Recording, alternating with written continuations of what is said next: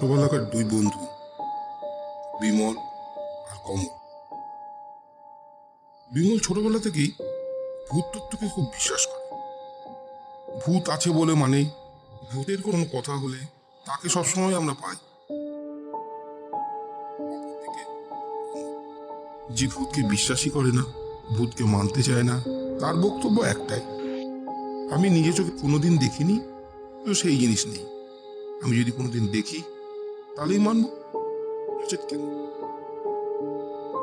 এই নিয়ে একে অপরের মধ্যে বচসা প্রায় লেগেই থাকে। সেদিনও তাই হয়েছিল। গঙ্গার ধারে তিন বন্ধু মিলে আমাদের সেদিন গল্প চলছিল। কথায় কথায় ভূতত্ত্ব নিয়েই আলোচনা। বিমল বলে উঠল, মায়াপুরের রাজপ্রাসাদ থেকে দুটো লাশ পাওয়া গেছে। পুলিশ মৃত্যুর কারণ এখনো খুঁজে পায়নি।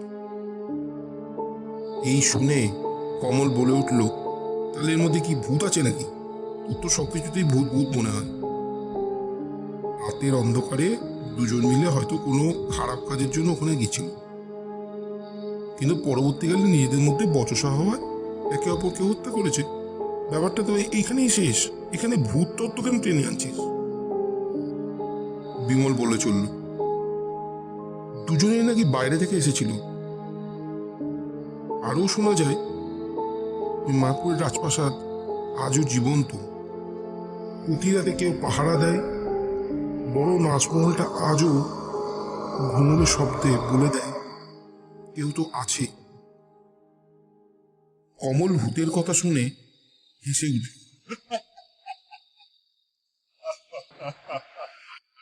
তার মানে ওখানে ভূত আছে, এবং সেই ভূত তোকে দেখা দিয়ে এসব বলে গেল, তাই তো? আমি তখন ঘড়ির দিকে তাকিয়ে দেখি প্রায় 7টা বেজে গেছে। জায়গাটা ক্রমশ নিশুতি হয়ে আসছে। আমি বলে উঠলাম, চল চল চল, অনেক কথা হয়েছে, এবার আমার বাড়ির দিকে ফিরি। পথে আস্তে আস্তে বিমল বলল, ও স্যার, তুমি কি ভূতের গন্ধ পেলে আমার কথায়? আমি ওর কথায় বিন্দুমাত্র কান না দিয়ে আমি সাইকেলের গতি আরো বাড়িয়ে দিলাম। কাঁচা রাস্তা ছেড়ে যখন আমরা পাকা রাস্তায় এসে পৌঁছালাম, তখন ঘড়ির কাঁটা 12টা। কমল চিৎকার করে বলে উঠল, এত রাত কিভাবে হয়ে গেল? 20 মিনিটের পথ 5 ঘন্টা লেগে গেল। বিমল চুপ করে থেকে আমাকে বলল, চলো আমরা যে যার বাড়ির দিকে ফিরি। আমরা নিজেদের মধ্যে কথা না বাড়িয়ে আমরা যে যার বাড়ির দিকে ফিরলাম। রাতে খেয়ে দিয়ে ছাদের উপর পায়চারি করতে করতে ভাবতে লাগলাম, বিমল যে মায়াপুরে রাজবাড়ির কথাটা বলছিল, ওটা কি আদৌ সত্যি, না শুধু একটা আজগুবি গল্প? এইসব ভাবতে ভাবতে হঠাৎ আমার ফোনটা বেজে উঠল। একটা অচেনা নাম্বার। আমি তো প্রথমে কেটে দিলাম। এত রাতে একটা অচেনা নাম্বার থেকে ফোন, কিন্তু না, আবার ফোন করলাম। কি আর করি, অগত্যা ফোনটা রিসিভ করলাম। ও প্রান্ত থেকে একটা শব্দ ভেসে এলো।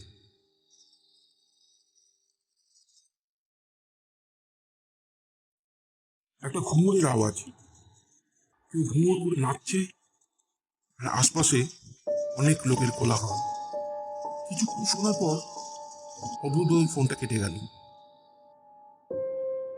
তখন আমার সারা শরীরে ঠান্ডা বরফ জল বয়ে যাচ্ছে। আমি ওই নাম্বারে আবার কল করলাম,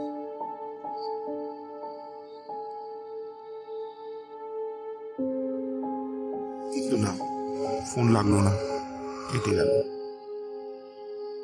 ছাদের সিঁড়ি ভেঙে যখন নিচের দিকে নেমে আসছে, তখন ফোনটা আবার সশব্দে বেজে উঠল।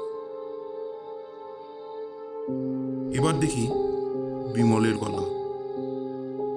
খানিকটা ক্ষীণ গলায় বিমল আমাকে বলছে, অঙ্কুশদা, এইমাত্র একটা ফোন এসেছিল, যেখানে শুনলাম কেউ আমাকে ডাকছে। আমি এক ধমক দিয়ে বলে উঠলাম, ডাকছে মানে? কে ডাকছে তোকে এত রাত্রে? ও বলল, জানো, আমাকে একটা কবিতা শোনাও। কি কবিতা? হাতছানিতে পা বাড়িয়ে এগিয়ে এসো তুমি, শেষ খেলাটা দেখতে পাবে যদি আসো তুমি। এই বলে যেন ফোনটা কেটে গেল। আমার খুব ভয় করছে। আমি ওকে সান্ত্বনা দিয়ে বললাম, তুই ফোনটা বন্ধ করে শুয়ে পড়। তুই নাম্বারটা পারলে আমাকে পাঠিয়ে দে এক্ষুনি। আমার মনে হয় কেউ তোর সঙ্গে মজা করেছে। কিছুক্ষণ বাদে নাম্বারটা আমার কাছে এসে পৌঁছালো। আমার নাম্বারটা দেখেই হকচকিয়ে গেল। এ কি? এ তো সেই নাম্বার, যেই নাম্বার থেকে কিছুক্ষণ আগে আমি ঘুঙুরের আওয়াজটা পেয়েছিলাম। পরদিন ভোরে যখন ঘুম ভাঙল, তখন কালকের কথাগুলো প্রায় ভুলেই গেছিলাম। হাতের কাছে মোবাইলটা নিতেই ধীরে ধীরে সব মনে পড়ে গেল। মনে হতে লাগলো, কালকের নাম্বারটা সত্যি কি একটা মজা, নাকি বাস্তবেও আছে? মায়াপুরের রাজপ্রাসাদ কি আজও জীবন্ত? বিমল যে বলছিল। কিছুতেই কথাগুলোকে মেনে নিতে না পেরে আমি ঠিক করে বসলাম যে আমি যাব। কি আছে ওখানে আমার জানতেই হবে। সেই মতো গুছিয়ে নিলাম সমস্ত কিছু। সাথে নিলাম আমার আঁকা কিছু সরঞ্জাম, একটা টর্চ আর একটা ছোট্ট হাতল লাঠি। বাড়িতে জানালাম আমি বেশ কিছুদিন আসবো না, অনেক বন্ধুর বাড়িতে যাচ্ছি। এই বলে দুপুরে খাওয়া দাওয়া সেরে বেরিয়ে শান্তিপুর থেকে কৃষ্ণনগরের দিকে চলে গেছে চমৎকার পিচঢালা রাস্তা। বড় রাস্তা, শান্ত পরিবেশ, দুই দিকে মাঠ আর মাঠ। দূরে দূরে ছোট ছোট গ্রাম দেখা যায়। মাঝে মধ্যে বাস ছুটে চলে সারি সারি বাবলা গাছকে পিছনে ফেলে। জানলার বাইরে প্রাকৃতিক সৌন্দর্য দেখতে দেখতে একসময় আমার গাড়ি এসে পৌঁছলো একটা চৌমাথার রাস্তায়। বাসের কন্ট্রাক্টর বলল, এখানে নেমে পড়ুন স্যার, এখান থেকে হেঁটে আপনি মায়াপুরি যেতে পারবেন। আমি বাস থেকে নেমে পড়লাম। বড় শান্ত এবং নির্ঝুম পরিবেশ। আশপাশে কোনো লোকজন নেই, শুধু আমার মতন গুটি কয়েক লোক হেঁটে যাচ্ছে দূরের পথ ধরে। আমি এগিয়ে চললাম। সামনের বটগাছটার কাছাকাছি যেতেই গাছের নিচ থেকে একজন লোক এগিয়ে এলো। পরনে লুঙ্গি আর নোংরা হাফ শার্ট। আমি বললাম, বলতে পারেন মায়াপুরি যাওয়ার পথ? লোকটি লাল ছোপ ধরা দাঁতগুলো বার করে নিঃশব্দে হেসে দেখালেন ডান দিকের ধুলোমাখা সরু পথটাকে। আমি এগোতে যাব, অমনি লোকটা তার ময়লা ব্যাগ থেকে একটা ক্যানভাস বার করে আমার সামনে ধরল। এক ঝলক তাকাতেই বুঝলাম অনেক পুরনো ক্যানভাস। লোকটার ভঙ্গি দেখে মনে হলো ক্যানভাসটা আমাকে বিক্রি করতে চায়। আমি কোনো পাত্তা না দিয়ে সোজা হেঁটে চললাম ধুলোমাখা সরু পথ দিয়ে। লোকটা তখনও কানের কাছে ঘ্যান ঘ্যান করে চলেছে। নেবেন বাবু? সস্তা। অগত্যা 100 টাকা দিয়ে নিয়ে নিলাম। মনে হলো কাছে থাক, ছবি আঁকা তো যাবে। কিছুটা পথ যাওয়ার পর দেখলাম সবুজ ঝাউ আর দেবদারু গাছে প্রায় ঢাকা পড়ে গেছে সেই জীর্ণ দোতলা প্রাসাদ। গেটের বাইরে লেখা আছে মায়াপুরী। বাড়ির লনে বসে আছে এক ভদ্রলোক। তার সাথে কথা বলে যা বুঝলাম, যে বাড়ির মালিক তিনি এ বাড়ি কিছুতেই বিক্রি কোনোদিনও করবেন না। তিনি হয় কখন থাকেন কেউ জানে না। দেশ ভ্রমণ তার নেশা, কখনো এ দেশ কখনো দেশ। বহুকাল এ বাড়িতে আসেননি। তিনি জানেন এই বাড়িটা সম্বন্ধে অনেক কাল্পনিক দুর্নাম আছে। ভয়ে কেউ অন্তত জবরদখল করবে, চোরও আসবে না দামি দামি জান্নাগুলো খুলে নিতে। এই প্রাসাদের কাছে আরও কয়েকটা ভাঙা বাড়ি, যেসব বাড়িতে একসময় থাকতো নীলকর সাহেবেরা। পিছনে একটা ছোট্ট গ্রাম ছিল। ভাবতে বড় অদ্ভুত লাগে। একদিকে থাকে সাহেবরা, কাছেই বাঙালি জমিদাররা। সাহেবদের ছিল বন্দুক পিস্তল, জমিদারদের ছিল বাঁধা লেঠেল। সাহেব আর বাঙালি জমিদারদের সম্পর্ক কিরকম ছিল কে জানে। সম্পর্ক যেমনই থাক, কয়েক বছর আগে জমি চাষ করতে গিয়ে বেরিয়েছিল রাশি রাশি কঙ্কাল। এই বাড়িতে থাকতে গেলে আগের দিন নাম লেখাতে হয়, তারপর থাকা যায়। কি আর করি, অবশেষে সামনের এক বাড়িতে রাত্র কাটাবার মতো ব্যবস্থা করে ফেললাম। দুপুরে খাওয়া সেরে সেই ক্যানভাসটা সাথে নিয়ে পায়ে হেঁটে চলে এলাম একেবারে মায়াপুরীর পিছন দিকে। হাঁটতে হাঁটতে এক সময় পা পড়ল নরম মাটিতে। পা বসে যেতে লাগলো, কিছুতেই আর এগোনো গেল না।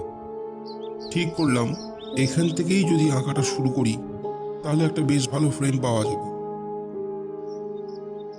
পুরোপুরি গুছিয়ে নিয়ে আঁকার কাজ শুরু করব বলে যেই ক্যানভাসে পেন্সিলের দাগ কাটতে যাব, অমনি কানে ভেসে এলো উপরের দোতলার ঘর থেকে একটা গোঙানির শব্দ। আমি চিৎকার করে বললাম, কে ওখানে? কোনো কথা শোনা গেল না। আমার কথাটা দোতলার বড় বড় থাম্বাগুলোতে বাড়ি খেয়ে আমারই কাছে আবার ফিরে এলো। বার কয়েক হাতের আঙুলে পেন্সিলটা ঘুরিয়ে যেই আমি আবার পেন্সিলটা দিয়ে আঁকা শুরু করতে যাব, অমনি কানে ভেসে এলো দোতলার বারান্দায় কে যেন নুপুর করে ছুটে চলে যাচ্ছে একদিক থেকে আর একদিকে। আর ঝনঝন শব্দে চারিধারটা কেঁপে যাচ্ছে। মনের মধ্যে একটা জিনিস বড় অদ্ভুত লাগলো, বাড়িটা তো একেবারে ফাঁকা, তাহলে কে এইসব করছে? কেউ হয়তো আমাকে ভয় দেখানোর চেষ্টা করছে। মনে মনে ভাবলাম, আজ যদি কমল আমার সাথে থাকতো তাহলে কিছু আষাঢ়ে গল্প বানিয়ে ভয় দেখাবার চেষ্টা করতো আমাকে। তবে আমারও জানতে ইচ্ছা করছে যে এর ভিতরে আছেটা কি, ভূত না অন্য কিছু। এইসব ভাবতে ভাবতে আমি হাঁটতে লাগলাম মায়াপুরীর সামনের দিকটাতে। এক সময় একেবারে পুরো মায়াপুরীর সামনের দিকটায় আমি চলে এলাম। বাইরের লনে বসে থাকা ওই লোকটাকে দেখে সব কথাগুলো বললাম। সে তো শুনে কাঠ হয়ে গেল, কাঁপা কাঁপা গলায় বলল, আজ দিনটা ভালো নয়, আপনি আর যাবেন না ওখানে। বিশ্বাস আর অবিশ্বাসের মাঝে যে প্রশ্নগুলো আমার মনে খাড়া হয়েছিল, যেগুলো সমাধান না করা পর্যন্ত আমার কোনো কিছুই যেন ভালো লাগছিল না। আমি বাধ্য হয়ে লোকটাকে বললাম, আজ আমাকে যদি একটু ভিতরে ঘুরে দেখার অনুমতি দেন তো খুব ভালো হয়। কিন্তু রাজি করতে পারলাম না। কাল সকালে যা করার করতে হবে, আজ আর কিছু করা যাবে না। বিকেল গড়িয়ে চারিধারে অন্ধকার নামছে, মায়াপুরী যেন কত ধীরে ধীরে জীবন্ত হয়ে উঠছে। আমি ফিরবো বলে যেই হাঁটতে যাব, অমনি ওই লোকটা তার পকেট থেকে একটা লেবু বার করে আমার হাতে দিয়ে বলল, এটা কাছে রাখুন, যদি কোনো বিপদ আসে তাহলে এটাকে যত চেপে ধরবেন বিপদ তত কেটে যাবে। আমার মোটেও সে বিশ্বাস হয়নি। যাই হোক, তিনি যখন দিলেন তখন সেটাকে আমার কাছে রেখেই নিলাম। বাড়ি ফিরে রাতের খাওয়া দাওয়া সেরে ঘুমিয়ে পড়লাম। রাত তখন 12টা, সবে ঘুমটা এসেছে। একটা অন্যরকম অনুভূতি সারা শরীরটাকে ছুঁয়ে গেল। মনে হলো ঘরের মধ্যে কেউ জোরে জোরে নিঃশ্বাস নিচ্ছে। বেশ বুঝতে পারলাম আমি ছাড়াও কেউ আছে এই ঘরে। বিছানা থেকে নামবো বলে যেই নিচের দিকে তাকিয়েছি, অমনি বুকের ভিতরটা কেঁপে গেল। বেশ গম্ভীর গলায় বললাম, কে তুমি? কেন আমার পিছু নিয়েছো? উত্তর এলো না। সামনের দরজা থেকে আমার বিছানা পর্যন্ত লাল একটা পায়ের ছাপ। কিন্তু আশ্চর্য, দরজা তো বন্ধ ভিতর থেকে। তাহলে সারা ঘরটা ভালো করে দেখলাম, কোথাও কেউ নেই। এবার বেশ ভয় হতে লাগলো। সামনের চেয়ারটা টেনে নিয়ে একটা সিগারেট ধরাতে যাব, এমন সময় আমার সামনের আয়নাতে চোখ যেতেই সারা শরীর ঠান্ডা হয়ে যেতে লাগলো। আয়নার প্রতিবিম্বতে তখনও আমার পা দিয়ে লাল রক্ত ঝরছে, কিন্তু বাস্তবে আমার পায়ে কোনো লাল রক্ত নেই। চোখ বন্ধ করে নিলাম আর পকেট থেকে সেই লোকটার দেওয়া লেবুটা বার করে হাতের মধ্যে চেপে ধরলাম। আস্তে আস্তে চোখ খুলে দেখলাম আর কিছু নেই, না পায়ের ছাপ, না আয়নার প্রতিবিম্বতে আমার পায়ে কোনো রক্তের দাগ। বেশ কিছুক্ষণ কেটে গেল। আস্তে আস্তে ঘড়ির কাঁটার শব্দটা কানে খুব জোরে আসতে লাগলো। হঠাৎ মোবাইলের আলোটা জ্বলে উঠতে দেখলাম একটা মেসেজ এলো। তাতে স্পষ্ট দেখলাম লেখা আছে, এখন রাত 2টো। অমনি বিভৎস শব্দে বেজে উঠল, রাত 2টো। কাল রাতে কি হয়েছিল সেটা দিনের আলোতে সব যেন পাল্টে গেছে।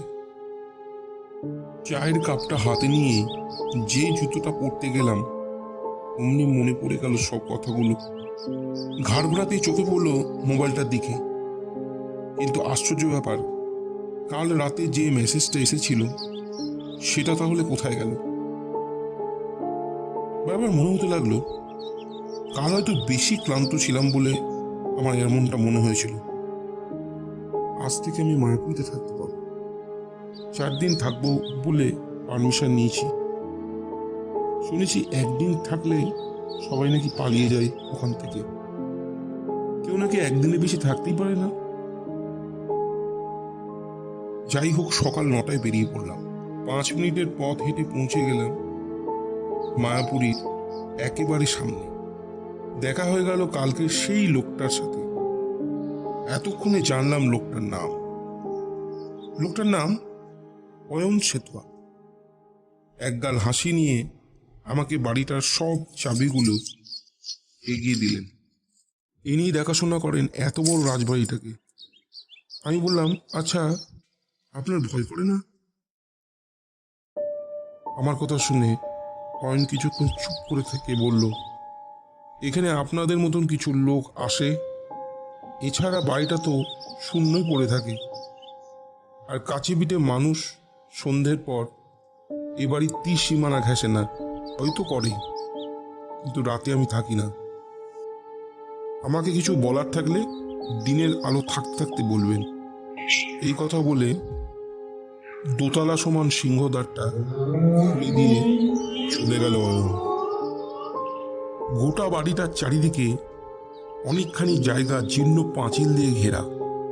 পিছনের দিকে একটা বাঁধানো পুকুর। পুকুরে এখনো জল টলটল করছে। পিছনের দিকে লোহার পাতে আঁটা ভারী কাঠের পাল্লা দেওয়া দরজা।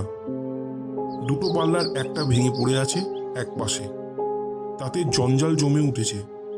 একটা বড় বট গাছ, তার ডালপালা পেতার বিভৎস হাতের মতন ঝুলে পড়েছে বাড়িটার ছাদে। নিচের ঘরগুলো সামনে দিয়ে চলে গেছে শ্বেত পাথরে বাঁধানো কন্দরমোড়ে যাওয়ার পথ। সেই পথ এতটাই গোলকধাঁধার মতন চেনা যায় না। গলির পর গলি, সব ঘরেই তালা ঝুলছে। ডান দিকের বারান্দা দিয়ে দোতলার ঘরগুলো কেমন যেন একটা দেখাচ্ছে। আমি সোজা হেঁটে চললাম। ধীরে ধীরে দোতলার সিঁড়ি ভেঙে সোজা দোতলার বারান্দায় চলে এলাম। এই প্রাসাদের পাশেও আরো ছোট ছোট ভাঙা বাড়ি চোখে পড়তে লাগলো। ডান দিকের প্রতিটা ঘরে বড় বড় দরজা, প্রতিটা দরজায় ঝুলছে বড় বড় তালা। প্রতিটা তালার পাশে নাম্বার করা ছিল, তাই চাবি দিয়ে খুলতে দেরি হলো না। আমার জন্য তো 5 নম্বর ঘরটা সাজানো ছিল। আমি চাবির গোছা থেকে চাবিটা বার করে যেমনি তালা খুলতে যাব, অমনি একটা শব্দে চমকে গেলাম। শব্দটা আসছিল পাশের ঘরগুলো থেকে। আমি দেরি না করে চাবির থোক থেকে নাম্বার মিলিয়ে পাশের ঘরের তালাটা খুলে ফেললাম। দরজাটা জোরে ধাক্কা দিতে দুটো চামচিকে বেরিয়ে চলে গেল। ভিতর থেকে ভেসে এলো একটা ভ্যাপসা গন্ধ। আমার তখন ভয় সমস্ত কেটে গেছে। যাই হোক, আমি তালাটা আবার লাগিয়ে দিলাম। এবার আমি 5 নম্বর ঘরটার তালা খুলে আমার জিনিসপত্রগুলোকে গোছাতে লাগলাম। ঘরের মধ্যে একটা বড় পালঙ্ক, বড় সড়ো একটা আয়না, আরও কিছু জিনিস দিয়ে সাজানো ছিল ঘরের চারিপাশটা।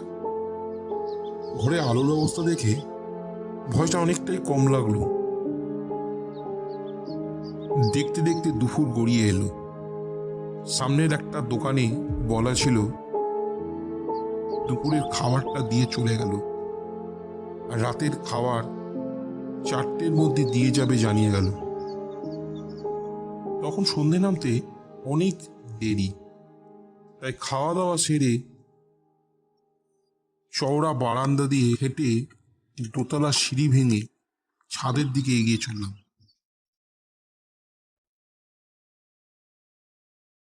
ছাদের কালো দরজাটা খুলতে যাব, হঠাৎ মনে হলো কেউ আমার পিছু নিয়েছে। ঘাড় ঘোরাতেই কাউকে পেলাম না। অনেকক্ষণ একা একা পুরো ছাদটা ঘুরে ফিরবো বলে যেই সিঁড়িতে পা দিয়েছি, তখনই আবার শুনতে পেলাম সেই নুপুরের শব্দ। কেউ যেন হেঁটে যাচ্ছে নিচের বারান্দা দিয়ে। মনে হলো এবার আর তাকে ছাড়বো না। কে এইসব করছে তাকে আমার ধরতেই হবে। এই বলতে বলতে ঝটপট সিঁড়ি ভেঙে সোজা বারান্দায় চলে এলাম, কিন্তু সেখানে কেউ নেই। চারিধার ফাঁকা। ধীরে ধীরে বারান্দা দিয়ে হাঁটতে লাগলাম। দেখলাম দেওয়ালে ঝুলছে অয়েল পেন্টে আঁকা কিছু পৌরাণিক ছবি।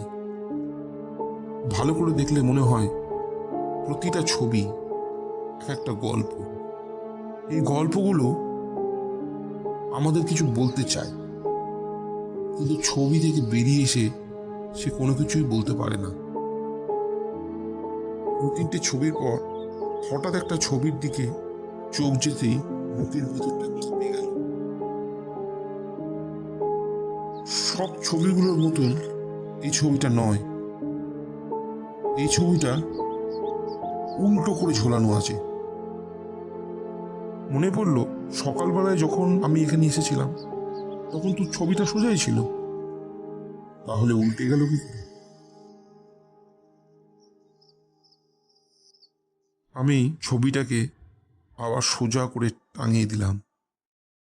টাঙিয়ে দিতেই দেখলাম ছবিটা একটা নর্তকী। ছবিটা সারা গায়ে দামি দামি অলংকার দিয়ে মোড়া, এক মায়াবী পোজে তখনও সে নিচে যাচ্ছে। উল্টানো ছবিটা সোজা করে ঝুলিয়ে যেই ঘাটটা ঘুরিয়েছি, অমনি চমকে গেলাম। এটা কি হলো? ছবিটা প্রথমে যেমন ছিল ঠিক তেমনটি হয়ে গেল।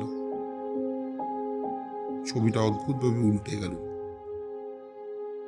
কি করে সম্ভব? এবার বেশ ভয় লাগতে শুরু করেছে। আবার সোজা করে কিছুক্ষণ ভালো করে দেখলাম, না, আর কিছু হলো না।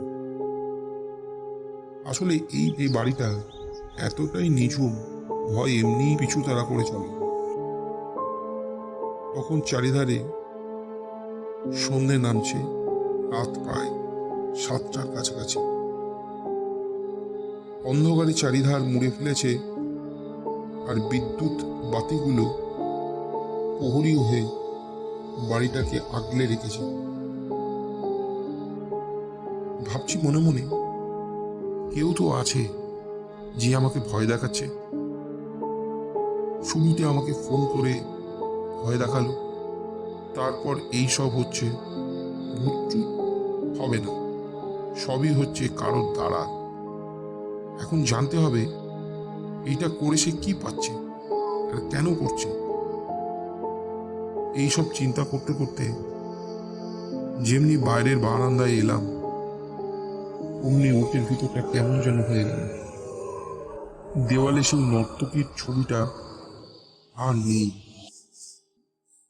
চট করে ঘরের কোনায় রাখা একটা লোহার শিক আর টর্চটা নিয়ে বেরিয়ে এলাম।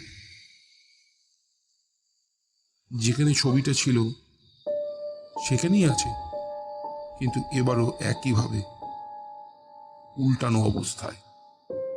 আমি আবার সেই ছবিটা সোজা করে দিয়ে নিচের দিকে যেই তাকিয়েছি, অমনি একটা পায়ের ছাপ চোখে পড়ল। টর্চের আলোতে বেশ বোঝা যাচ্ছে সেই পায়ের ছাপ বেশ কিছুক্ষণের নয়। যে এই সব করছে সে একজন মহিলা, কারণ ছাপগুলো তখনও আলতার রঙে ভেজা। পায়ের ছাপ দেখে মনে হলো যে এসেছিল সে 6 ফুটের কাছাকাছি লম্বা। না হলে এত তাড়াতাড়ি কি করে ছবিটা উল্টে দিয়ে সে চলে গেল। টর্চ হাতে এগোতে লাগলাম পায়ের ছাপ লক্ষ্য করে।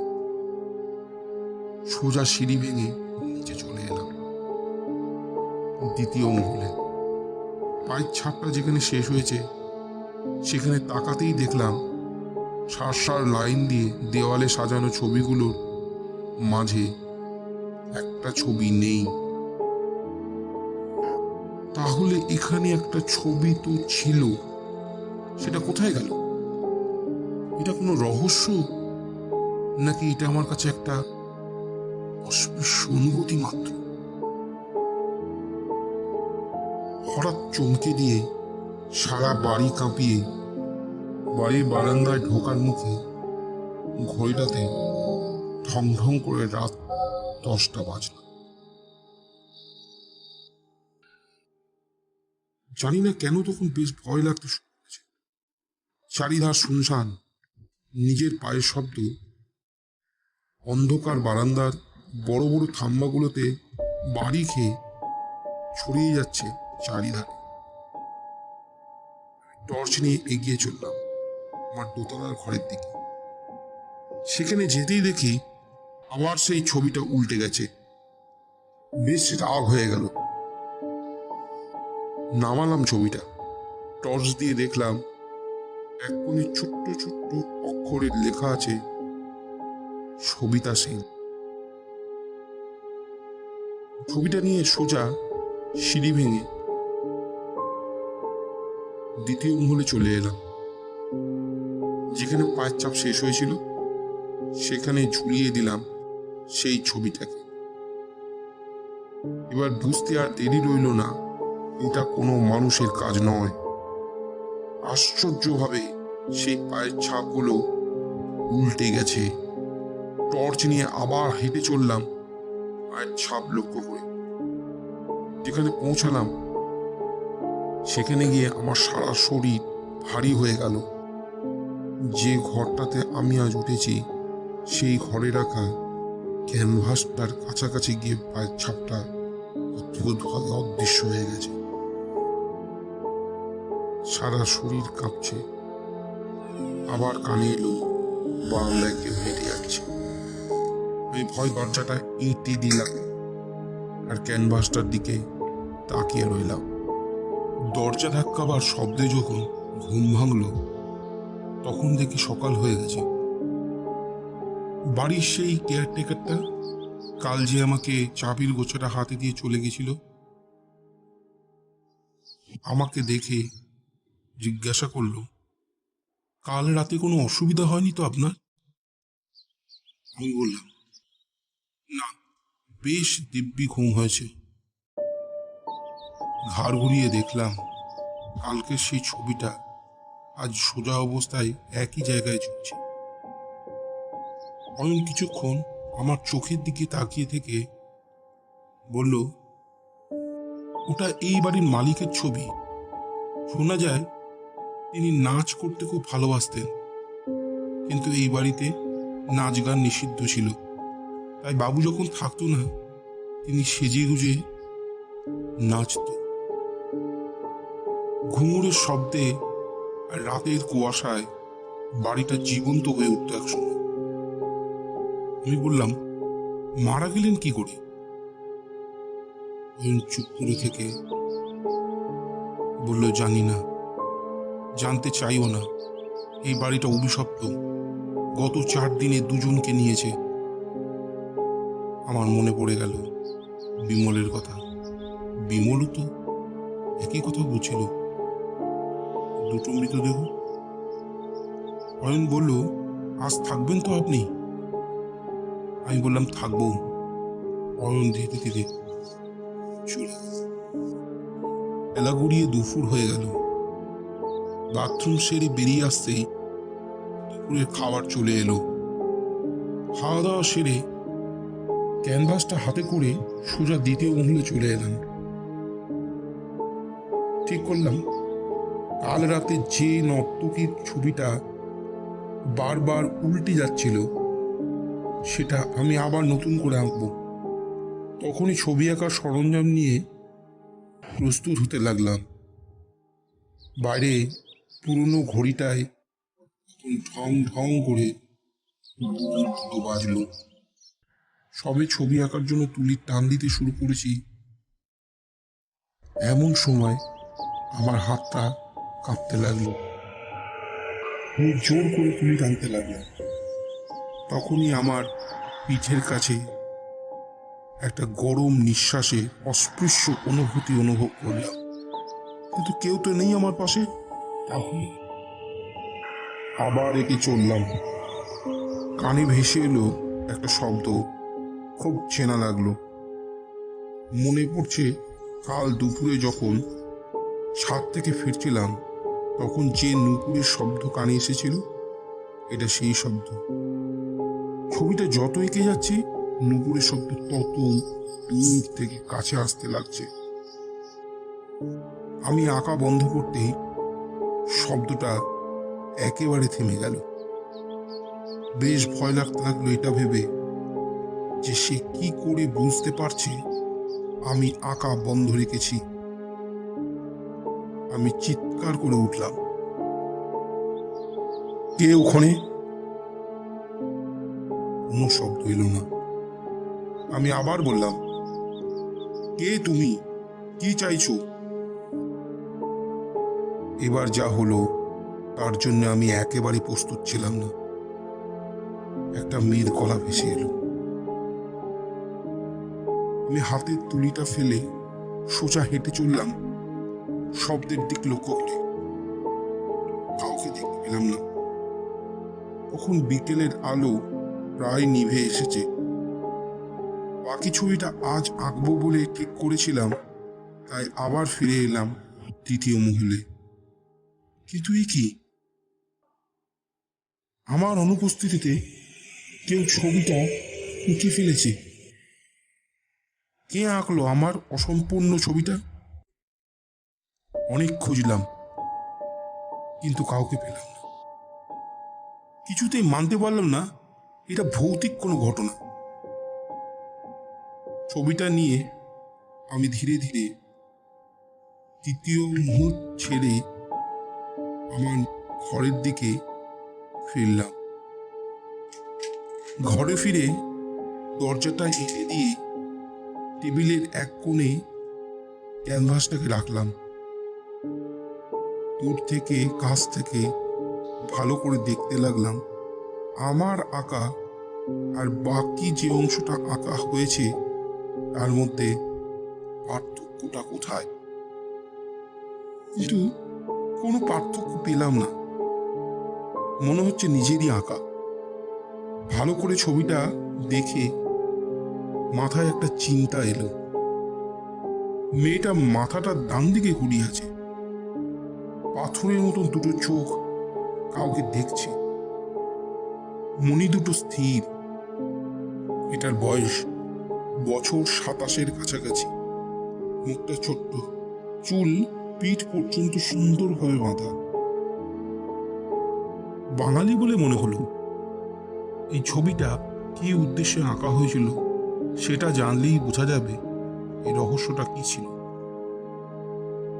আমি ঘরের আনাচে কানাচে খুঁজতে লাগলাম, যদি এমন কিছু পাওয়া যায় তাহলে বোঝা যাবে কে আমাকে ভয় দেখাতে চাইছে আর কেনই বা চাইছে। খুঁজতে খুঁজতে একবার অন্যমনস্ক হয়ে গেলাম।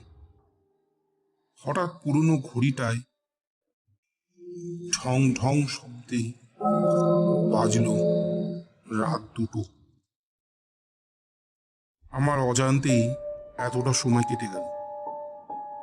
কাল রাতের মতন আজও শুনতে পেলাম বাড়ির বারান্দা দিয়ে ঘুঙুর পড়ে পায়ে হেঁটে চলে যাওয়া শব্দ। আমি চুপ করে শব্দটাকে শুনতে লাগলাম। কিছুক্ষণ পর থেমে গেল। অদ্ভুত ব্যাপার চোখে পড়ল।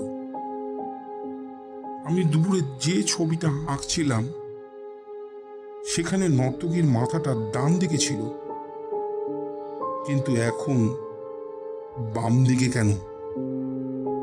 এক নিমিষে ঠান্ডা একটা বরফের স্রোত আমার গা বেয়ে নেমে গেল। হাত পা যেন অবশ হয়ে যেতে লাগলো। বুকের ভিতরটা ঢিপ ঢিপ করতে লাগলো। মনে হলো নিজেই সেই শব্দ আমি শুনতে পাচ্ছি।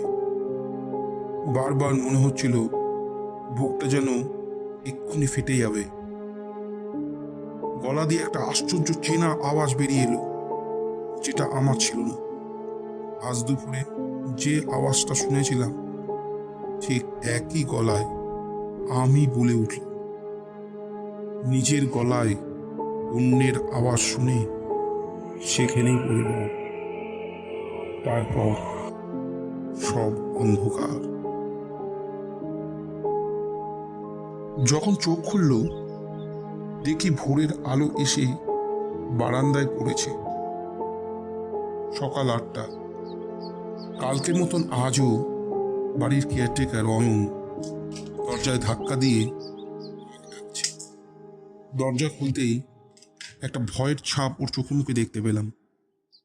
আমি নিজেকে সামনে নিয়ে বললাম, কি হলো, সকাল সকাল ভূত দেখলে বুঝি?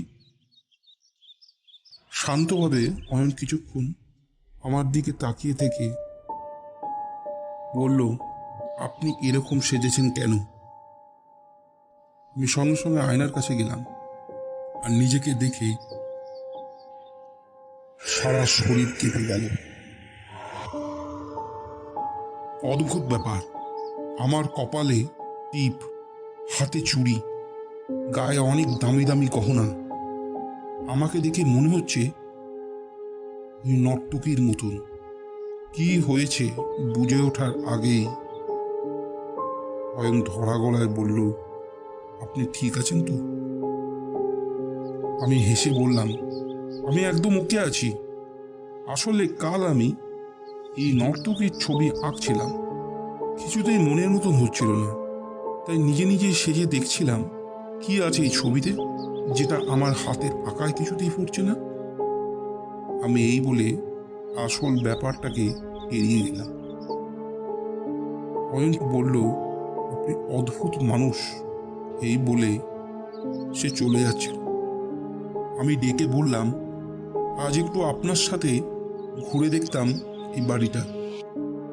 খানিকক্ষণ চুপ করে থেকে অয়ন বলল, আচ্ছা বেশ, কি আর করি। কিছুক্ষণের মধ্যে আমি আমার পোশাক পরে অয়নের সাথে হেঁটে হেঁটে একেবারে দিঘির ধারটাতে চলে এলাম। অয়নকে গম্ভীর দেখে মনে হলো ব্যাপারটা নিয়ে সে যথেষ্ট ভয় পেয়েছে। ভয় পাওয়ারই কথা, আমি নিজেকে দেখেই ভিমড়ি খেয়েছি। আমি বললাম, অয়ন, আসল কথাটা বলি শুনি। প্রত্যেক দিন সন্ধ্যের সময় এই বাড়িতে একটা গা ছমছমে ভাব হয়, সেটা আমার খুব ভালো লাগে।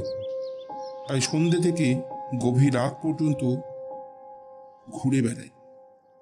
সারাদিন শুধু সময় গুনি কখন বাগানের দেবদারু গাছের মাথায় দিনটার শেষ রোদটুকু ক্ষীণ হয়ে আসবে, কখন জামরুল গাছের পাতার আড়ালে কি একটা বিশেষ পাখি কুকিয়ে কুকিয়ে ডেকে উঠবে, কখন সন্ধে নামবে এ মায়াপুরীর আলসেরে গাবে। এই শুনে অয়ন হো হো করে হেসে উঠল, বলল, আপনি অদ্ভুত তো মশাই, মজাও করতে পারেন বটে। আমাকে ভয় দেখাচ্ছেন? জানেন, এই বাড়িতে কেউ একজন আছে যে সব সময় ঘুরে বেড়ায়। সাবধানে থাকবেন, কাল আপনাকে এই বাড়ি ছেড়ে দিতে হবে। সেটা মনে করাবার জন্যই আজ আমার এখানে আসা। আমি এখন চলি বলে সে চলে গেল। আমি হেঁটে হেঁটে শ্বেত পাথরের বাঁধানো পথ দিয়ে সোজা অন্দরমহলে চলে এলাম। বারবার মনে হতে লাগলো, আমার ঘরের দরজা কাল রাতে আমি নিজে বন্ধ করেছিলাম। তাহলে কে আমাকে সাজিয়ে গেল ওই রূপে? মনে পড়ল, কাল রাতে তো সেই ছবিটার সামনেই বসেছিলাম, কিন্তু তার মুখটা তো বাম দিকে হয়ে গেছিল। আর দেরি না করে সোজা ফিরে এলাম ঘরে। ঘরে ঢুকতেই চোখে পড়ল সেই ছবিটার দিকে। কাল রাতে যেরকম দেখেছিলাম সেরকমই তো আছে। সারাদিনের চিন্তায় বিকেল নেমে গেল। কালো অন্ধকারে ডুবে যেতে লাগলো মায়াপুরী। জ্বলে উঠল রাতের বাতিগুলো। চারিধার শুনশান হয়ে গেল। আমি ছবিটার সামনে একলা বসে বসে একটা অদ্ভুত জিনিস লক্ষ্য করলাম। দিনের বেলায় সেই ছবিটা কেমন যেন মেরমেরে থাকে, আর রাত বাড়ার সাথে সাথে ছবির রং উজ্জ্বল হতে থাকে। এবার বেশ বুঝতে পারছি এটা কোনো মানুষের কাজ নয়, এটা অন্য কিছু। দেখতে দেখতে রাত 2টো বেজে গেল। আবার কেউ যেন রোজকার মতন হেঁটে হেঁটে বারান্দা দিয়ে এগিয়ে যেতে লাগলো। নর্তকীর গায়ের গহনাগুলো যেন আরো উজ্জ্বল হতে লাগলো। কিছুক্ষণের মধ্যে সেই নর্তকীর সারা মুখ জুড়ে বিন্দু বিন্দু ঘাম জমতে লাগলো। আর ঠিক তখনই পাশের ঘর থেকে একটা শব্দ ভেসে এলো। ভালো করে শুনবার জন্য আমি কান পাতলাম, অমনি শব্দটা থেমে গেল। আমি ঘরের মাঝে এক পা করে পিছুতে লাগলাম। এক সময় সেই ছবিটার সামনে এলাম। এবার নর্তকীর মুখটা দেখে আমার সারা শরীরের লোম খারাপ হয়ে গেল। আজ ডান দিকেও নয়, বাম দিকেও নয়, সোজা সুজি আমার দিকে চোখ করে তাকিয়েছে। আমি টেবিলে রাখা ছুরিটা নিয়ে ক্যানভাস লক্ষ্য করছি। কিছুক্ষণের মধ্যে ক্যানভাস জুড়ে রক্ত পড়াতে লাগলো। আমার শরীর কেমন যেন হতে লাগলো। মেঝেতে পড়ে গেলাম। ধীরে ধীরে চোখের পাতা ভারী হয়ে এলো। চোখের পাতায় ভেসে এলো একজন মহিলা। সে আমার মাথাটা কোলের উপর রাখতেই চারিধার অন্ধকার হয়ে গেল।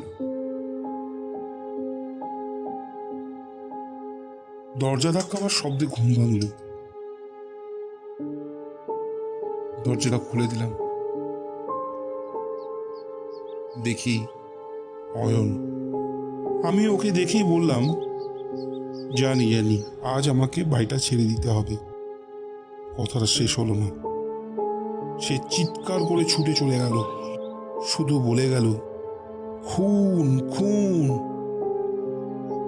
আমি চোখ টলতে টলতে কালকের মতো আয়নাটার সামনে গেলাম। সেখানে আমার প্রতিবিম্ব পেলাম। এখন সন্ধে 6:30। পুলিশ আমার মৃতদেহটা নিয়ে চলে যাচ্ছে। হাত নেড়ে অয়ন বোঝাচ্ছে, ওই তো বাড়িটার সিংহদ্বার বন্ধ হয়ে গেল, তালা পড়ে গেল চিরদিনের জন্য। আমি রয়ে গেলাম আজও এখানে একলা।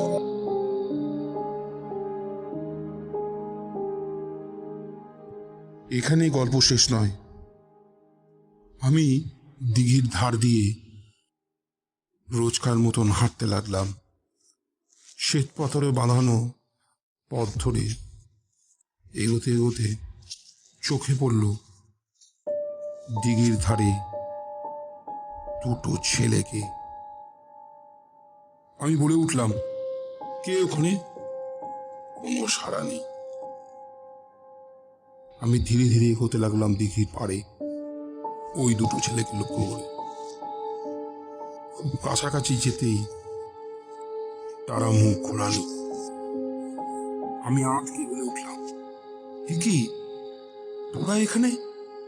হ্যাঁ, আমার সেই দুটো বন্ধু, কমল আর বিমল। গত কিছুদিন আগে এই বাড়ি থেকে যে দুটো লাশ পাওয়া গেছিল, সেটা কমল আর বিমলেরই ছিল।